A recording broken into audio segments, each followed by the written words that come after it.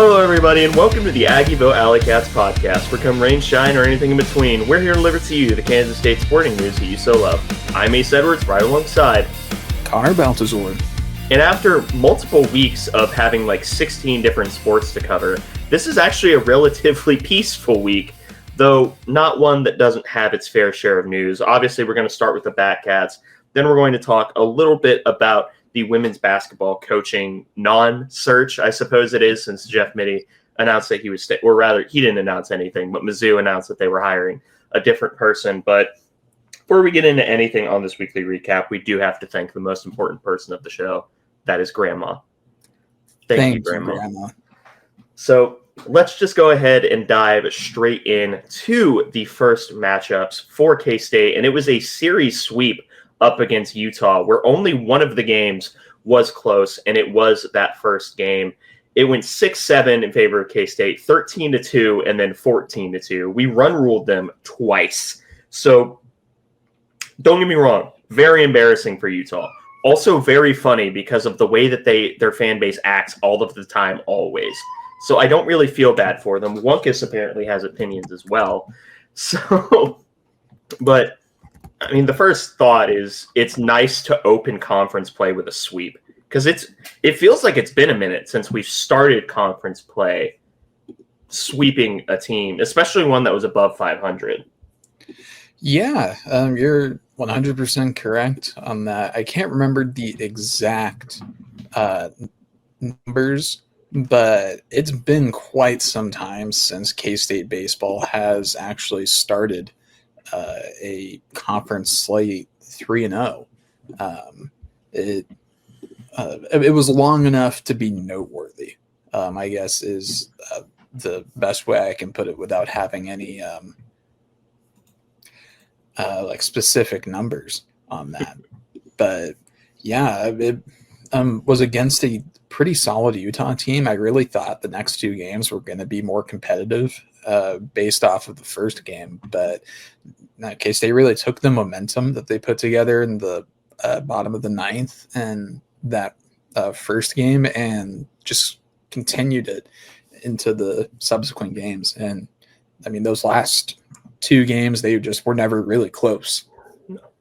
And I think that has a lot to do with, we can go into the specific games now. I think that has a lot to do with how the first game ended, because if you want to talk about an absolute heartbreaking way to end a game, getting back-to-back shots from K-State to walk off the game. Shintaro Inoue hitting a 2-run homer, and then Bear Madliak walking it off in the bottom of the ninth after Utah got the lead on a homer in the eighth. Utah was probably feeling pretty good, and then they just gave up 2 home runs that end up sealing the game. And that does a lot to your mental, and I think that sort of plays into the rest of the games. But you want to cover the offense or the pitchers first here? I'll take the offense in this one. It was a very spotty game for K-State. They started out really well offensively, picking up 2 runs in the first, but then absolutely nothing happened in the second through fifth innings in terms of run scoring. The sixth finally brought back some scoring, but K-State did the most of its damage in the eighth and ninth innings and majority in the back half of the game. Because outside of a D. Kennedy RBI double and an AJ Vasco unproductive ground out getting a run in the first inning, it was all in the latter third of the game, really, where K-State had to bring guys home. But individual performances that are noteworthy, Kine Lotus went 2 for 4 and scored 2 runs in this game as well. D. Kennedy went 2 for 3 with an RBI and a walk. So a solid game there for him. AJ Vasco, despite going 1 for 3, had 3 RBI in this game. So really a very productive game for him. He just had a handful of tough outs that still managed to score runs. But then, of course, the big name performances come from Shintaro Inoue and then Bear Madliak. Those two, of course, responsible for the win. Shintaro Inoue, he went opposite field for a 2-run homer to tie the game in the bottom of the ninth. So he only went 1 for 4, so that one home run was his only hit. But I do think it's noteworthy that his previous at-bat right before that home run, he hit it to about the same spot, but it was like 5 feet shorter, so it was just right on the caught warning that track. one. Yeah, so it was just right on the warning track. But he just got just enough behind it on that second one. And then Bear Madliak, his solo no-doubter. I mean, off the bat, you could just really tell that, that was game. But Bear Madliak walked it off in dramatic fashion. But K-State offense really showed up when it mattered the most in this one. And it was, of course, it's always fun to walk off an opponent like that in such exciting fashion. Yeah. And it really is just, yeah, that's all I got for the offense. It was just a really, really fun back half of the game. But the pitching performances, we did give up 6 runs, but I still don't think that is really the full story, because Jacob Frost got the start. He ends up getting credited with 4 earned runs. I believe only 2 of those he was actually on the mound for. He just ended up getting the tough luck crediting to them later. But he was amazing for 5 innings. And then inning number 6 came along, and his control left him. But he was dealing for those first 5, only 4 hits, 3 walks, and I believe 2 of those walks came in that last inning with 6 total strikeouts. So Jacob Frost had a really, really good outing.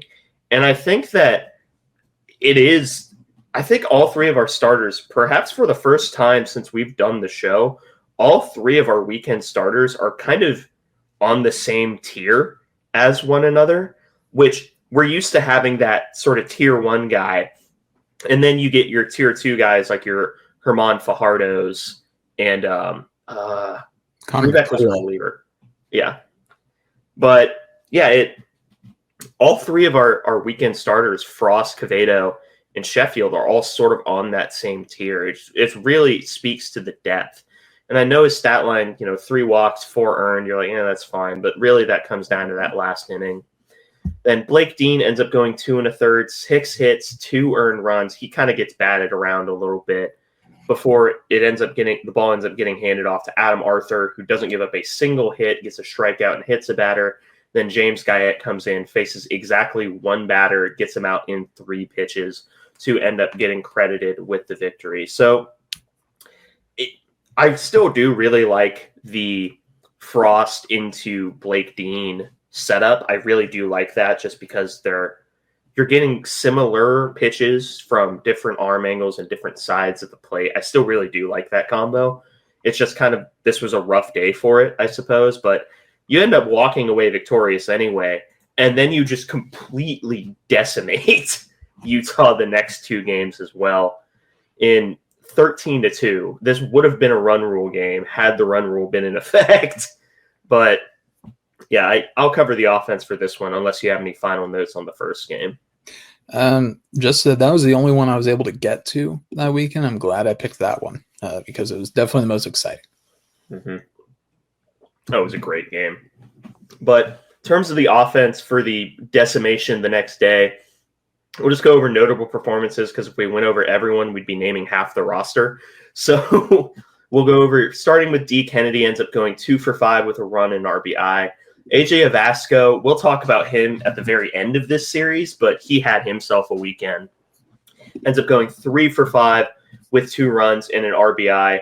KOC, Keegan O'Connor, goes 2 for 3 with 3 runs, 2 RBI. Then you end up getting Bear Madliak, 2 for 3 as well, 2 runs, 2 RBI, and a walk. Dante Lewis goes 1 for 4, ends up playing in center field like I wished for last week, funnily enough. But then Max Martin is probably the last notable guy, going 2 for 3, 2 runs, 4 RBI, and a walk. The home runs on the day were KOC, Bear Madliak, and Max Martin. Of course, Max Martin has like a quota of getting 2 per week, I guess. but there's a lot of great names, and you get the short end of the stick for this one. You maybe take you like 3 minutes to cover the pitching.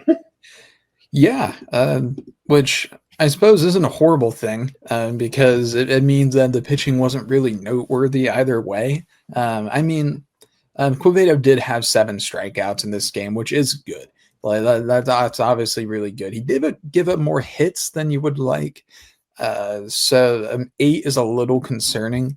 But you can forgive it when you're only giving up 2 earned runs. But he did have a balk in the first inning. He did have a hit by pitch, but he kept runs off the board outside of that first inning. So it's you're kind of splitting hairs as a fan. There's plenty there for the coaching staff to work on, but otherwise, you'd be pretty happy as a fan with how Quevedo went.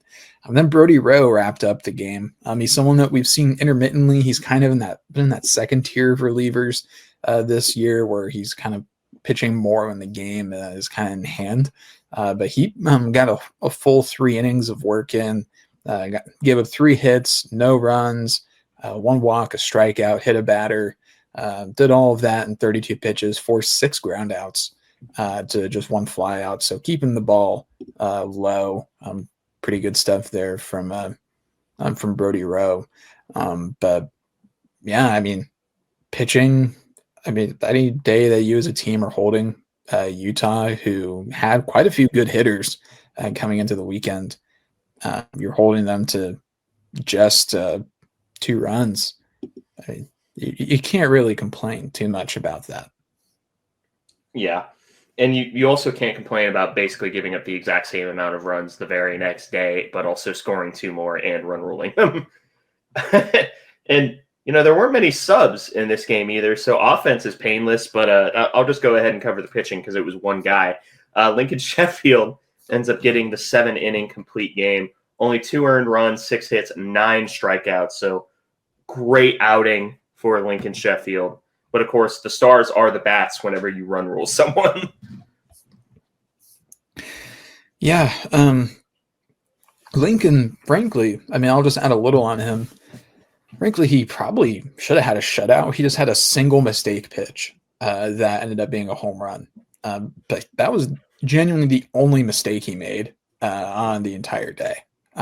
So Sheffield, despite being that day 3 starter, has, I think, shown the highest highs. I think we're maybe just a little worried about potential volatility, and his fastball is not great. He's very much an off-speed pitcher, but his off-speed stuff is borderline unhittable. But moving on to the hitters, everybody in the lineup got a hit in this game. KC as a whole went 14 for 32 at the plate, drawing 5 walks and striking out just 5 times. So team-wide, a really, really efficient day. But Shintaro anyway gets the leadoff in this game. He went 1 for 3, drew a walk, and scored 2 runs. D. Kennedy had a bit of an off day. Went 1 for 5, did get an RBI and scored a run. AJ Vasco, though, had a fantastic day, going 3 for 4, 4 RBI, drew a walk, scored 3 runs, had a home run on the day too. And he had that walk-off home run. So that's 2 weeks in a row where AJ Vasco has had a run rule walk-off home run. And it was to dead center. And got, I think, about 400 feet on that. So AJ Vasco, who allegedly, according to the broadcast last weekend, was told he didn't have D1 power or bat speed. And oops. Yeah, as of right now, he's slugging 774 and has 4 home runs and has an OPS of 1249 as a true freshman. So for those who aren't like particularly baseball stat literate, those are all really, really good. And those big number in hitting, good. Small number, not good. That's the gist of it. Yeah. But AJ Vasco, fantastic again. Keegan O'Connor, he went 1 for 4 in this one, scored a run on his own. Seth Dardar, he went 1 for 2. He drew a walk and was hit by a pitch. Shintaro Inoue was also hit by a pitch, forgot to mention. Max Martin, 1 for 3, a couple RBI, drew a walk. Then Bear Madliak, 1 for 3, an RBI, also drew a walk. He and Martin had nearly identical stat lines. Kyan Lotus had a great game as the DH, going 3 for 4 with a no-doubter home run off the top of the scoreboard. So a couple of RBI there, scored a couple of runs. And then Dante Lewis, he had a fantastic game as well. He went 2 for 4, scored a couple of runs, had his first career double, and at one point had a sequence of having just an absolute web gem diving grab in center field, and then got up to the plate and got a double in like the very next at bat. So the defense to offense connection working early for Dante Lewis. Yeah. And I think this just speaks to the young core, because AJ Avasco won a Player of the Week award. Yeah. Which no one should be surprised, because he's AJ Avasco at this point. But yeah, because he was a newcomer of the week, which honestly in the transfer portal era is much, much more difficult for freshmen to get than it used to be. Because I think it used to be like freshman of the week or like rookie of the week. But with so many newcomers from junior college and the portal, being able to be a true freshman and go out and grab one of those awards, that I think nowadays is even more impressive. So AJ Vasco deserves a huge shout out for that. The incredible week he had. I mean, the two youngest guys on the roster in AJ Avasco and Dante Lewis have both showed out really, really well as of late. But then we get to the Tarleton State midweek game, which midweeks are always going to be weird. We saw them last week, but K-State does end up winning 7-6. It shouldn't have been this close. I will stand by that. But you walk away with a victory in any baseball game. You will take any victory as it comes to you. But in terms of offensive production, D. Kennedy ends up going 2 for 4 with a walk. Kyan Lotus, 1 for 3 with a walk. Max Martin, 1 for 3, 2 runs and 2 RBI, including an absolute dong shot to where he just yoinks the ball to left field. And okay, we'll take a pause here, because Connor and I don't normally bring up announcers, but whenever we do, something generational has happened. We mentioned that the North Carolina guy was really good. He was a solo guy. He did an excellent job at North Carolina. This guy put a K into Shintaro Inoue. And he kept calling AJ Avasco Evanesco. Where is the N? Yeah, he had some really creative interpretations of everybody's names. Like I can't remember all of them, but yeah, Shintaro Inurike and AJ Evanesco were definitely the two highlights. Which Shintaro, he did get closer to the correct pronunciation as the game went on, but I don't think he ever quite got it. He got it once and then reverted back to being incorrect. Yeah, that sounds about right. But yeah, it was a lesson, I guess, to commentators. Always practice your pronunciations before the game gets started. Get the media guide, and I'm pretty sure that K-State on the roster still has the pronunciation guides. In fact, I'm going to check, because he also pronounced Kyan Lotus like Kyan Lodice at one point. Yeah. And he said it wasn't. He specifically was made a reference. He was like, not like the cartoon character, but I have no idea what cartoon character he's talking about. Like, what is bro on about? So, I don't know. Maybe it's a Texas thing. I don't know. Yeah, but yes, K-State still does have the pronunciation guides, and Inoue is pronounced Inoue. Inoue.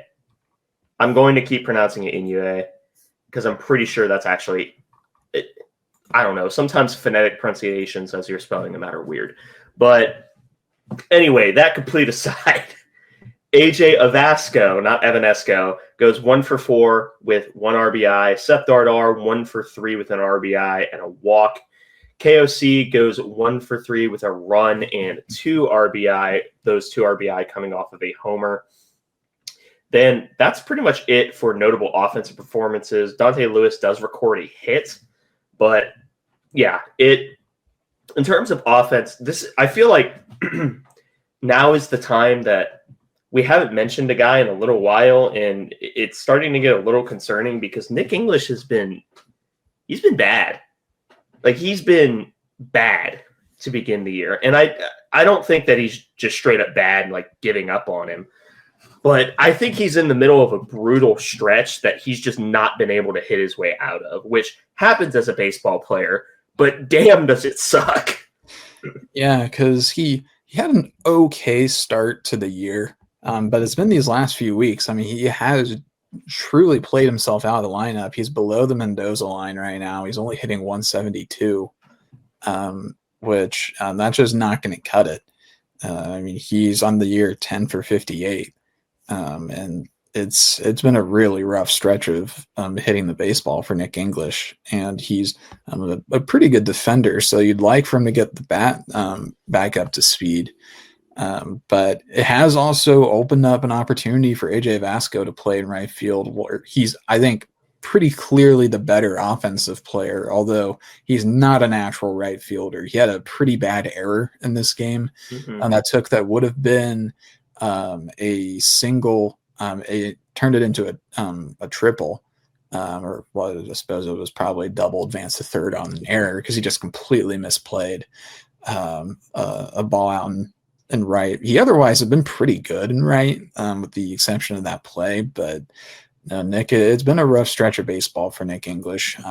Now, granted, it's not unprecedented for a player that had a really good freshman season to kind of have a sophomore slump, as you know, like you've got a year of film out on everybody. In the same way, it's not unprecedented for freshmen who kind of break out in the non-conference to kind of start slumping in conference play. Vasco, we haven't seen that yet, but it's still really early. But that's something to keep an eye on. Is he may regress a little bit. That's pretty common for freshmen. Yeah, and it's been a brutal regret. Not to interrupt, but I counted Nick English's last 25 ABs. He is 1 for 25. Yeah. Yeah, he's just not hitting the ball right now. He's, to his credit, for a while there, he did adjust and was drawing some walks and doing an okay job with that. But I think pitchers have just adjusted and pitching coaches have adjusted and said, this guy's in the slump, just throw strikes at him because he's either going to ground out or strike out. And that's pretty much what's been happening. Yeah, which I think, it's just a sophomore slump. He'll find some way to get out of it. I think right now it's just sort of one of those things that it just keeps, like, he's probably in his own head a little bit because he has been very much a leader of this team. Brian Smoller has mentioned that multiple times on the broadcast because, weirdly enough, he is one of the elder statesmen of the team as a true sophomore. But yeah, I still have faith in him, but still it's been a brutal stretch for him. But if you want to talk about another brutal stretch, you can talk about the first 3 2/3 innings of this game for the pitching staff. Yeah, it was a really rough start for the pitchers. Dante Lewis got this start here, and in his start against North Carolina, we did chastise the defense because it was really their fault that didn't go well. But Dante just did not really have command. For what it's worth, I think what happened is he had a few calls that were borderline. It didn't go his way early, and I think that really got to him. And he just kind of lost his command from there, which, that's not to excuse losing your command. I mean, he still wasn't throwing strikes by the end of the inning. But he only made it through an inning, 1 earned run, 2 walks, hit a batter. He faced 6, and it took him 28 pitches to escape that inning. But he was able to get out, credit where credit is due on the outing. That inning could have been way worse for K-State. but it was pretty well limited by Dante Lewis, and the defense did have his back there. But it takes us into probably a worse performance with Ty Rule, who he's definitely had an up and down season where he has had some genuinely good outings this season, but he's also been just so volatile where you just don't know what Ty Rule you're going to get on any given day. And unfortunately, we got the bad version of Ty Rule in this game. He went 2 2/3, 6 hits, 3 earned runs, 1 strikeout, 2 wild pitches, faced 13 batters, and took him 54 pitches to get through 2 2/3. So just an absolutely brutal outing for Ty Rule. This one, I believe he would have gotten credit with the loss if Casey had ended up losing this game, although it was a back and forth game. So I don't really know how all pitching scoring works, but I also know the wins and losses are kind of a stupid stat anyways for pitches, but real true. Tanner Duke came in, who I believe he was credited with the loss last week against either Omaha or Creighton. And so coming off of a bit of a rough stretch there, he was fantastic in 2 1/3 in this game. 4 strikeouts, just 1 walk, 41 pitches, and 2 1/3. So it took him a little bit to get through, but once he made it through, he was pretty clutch, only allowing 1 base runner of his own in this game. So big shout out to Tanner Duke, who transferred in from Baylor this offseason for kind of calming the waters there in the middle of the game. Blake Dean, he went 1 inning, did a little bit of everything, both good and bad, in that 1 inning. 1 hit, 1 run, it was earned, 1 walk, 2 strikeouts, 27 pitches. So a lot more than you'd like to be happening in 1 inning of work, but it could have been much worse for K-State. And then Taz Butler closed out the game. 2 innings of work, 1 hit, gave up a run, but it was unearned. It's the previously mentioned AJ Vasco error that accounted for that. Then 2 strikeouts, 28 pitches, and forced 3 groundouts as well. So for the most part, keeping it on the ground with just a couple exceptions. But yeah, that was the pitchers. K-State very much had a staff day. No guy going more than 2 2/3. Granted, nowhere close to Tarleton State, who pitched 8 guys in this game.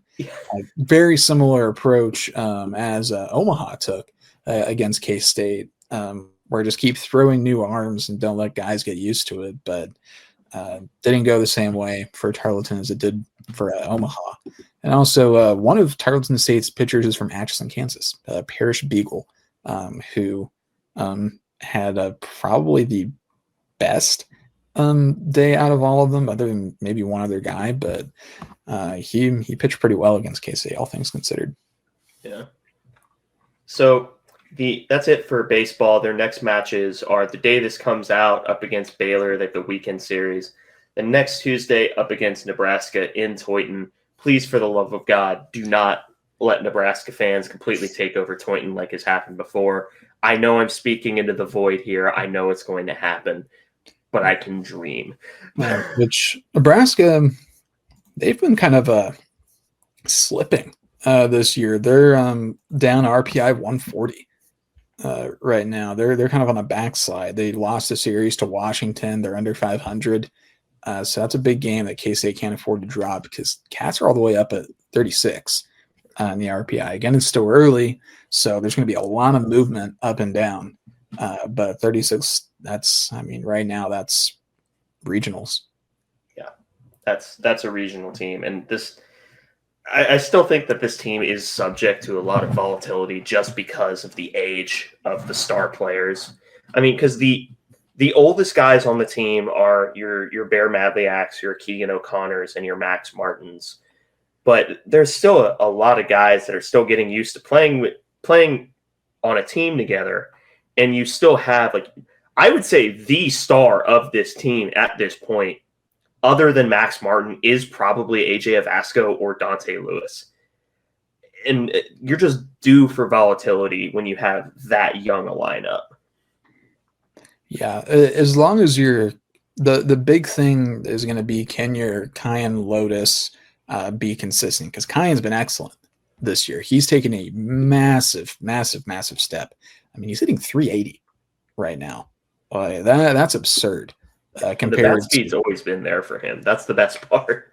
yeah, he just hasn't been able to hit the ball. Like he just his whiff rate was kind of crazy in the past, but he's whatever he did this offseason, he's figured it out. And that's a testament to the staff's ability to develop players.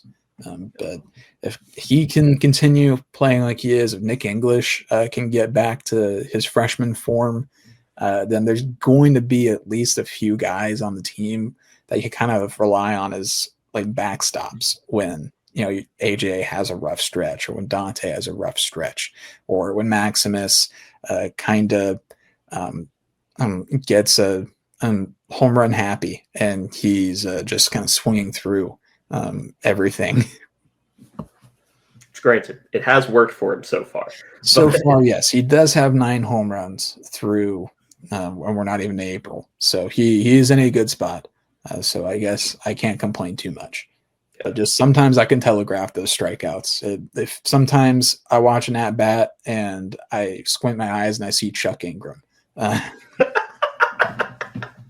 Oh boy, wow! I know that's not necessarily a deep pull, but I kind of forgot he existed.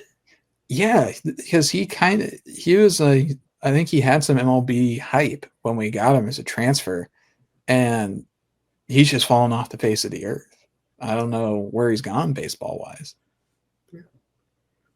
Anyway, that's it for baseball. Now we can talk a little bit about the women's team. By the time that you're probably listening to this, because our listenership actually, funnily enough, our episodes release on Friday. Saturday is actually our most listened to day, which is kind of weird. But odds are, the time you're listening to this, the first game up against, Fairfield. Is it Fairfield? That's a great question. It is. Okay. that will have already happened at this point. But I think the big news is Jeff Mittie is going to stay as the coach of K-State. So basically, like the back 30 minutes of the previous episode, I think that's just kind of a dialogue that happened now. I don't want to say it's pointless because I do stand by pretty much everything I said there. But, Jeff Mittie is going to stay, which means that the top recruiting class is going to stay as well. We'll see how this team does in the tournament. I'm not going to say that I'm particularly optimistic. And the main reason for that is I know Yoki's coming back, but the team just pissed down their leg during the back half of the year. And a lot of March is just momentum. I mean, NC State was a bad team for 3/4 of the season last year, men's team. They were awful for 3/4 of the year and then caught fire and made a Final Four. Yeah. I mean that just happens. That's kind of how March Madness goes. That's why I like March Madness is the unexpected teams, because those teams are way more fun to like root for and like follow than like your Dukes and this year I suppose your Auburns and Floridas. But yeah, this team hopefully some time off gave them a reset, and hopefully Yoki is as healthy as she can get. Because I mean, at this point, I have no expectation that she's 100%. I don't think she's gonna be 100% the rest of her life, given how many injuries she has suffered. I pray for this woman's knees. She should get a pension from the KC athletic department for like everything that she's been put through. Give this woman her VA benefits immediately. Well, unfortunately, they're just going to decline everything as not service related. So that's going to be tough for Yoki. Rare political commentary on the Aggieville Alleycats. But that's why I'm running for governor. But I'm happy that Mittie did stay. I think that no matter what, there will always be that what if statement, which is why I called J.C. Hoyt the women's basketball Rob Vaughn, because Mitty can be good to great for the rest of his career, but there will always be that, hey, what's J.C. Hoyt doing? Hey, what's Rob Vaughn doing? Oh, Rob Vaughn is like a top 5 team in the country. That's cool.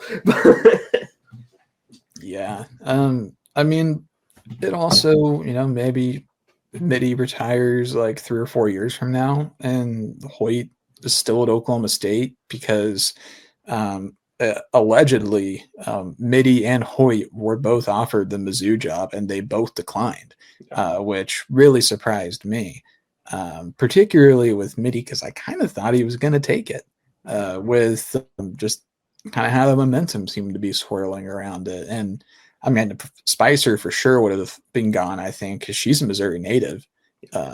And Foy, I wouldn't have counted on her staying if for no other reason than coaching staff connection, which would have left just Gina Garcia Safont from Spain. And I mean, who? I don't know.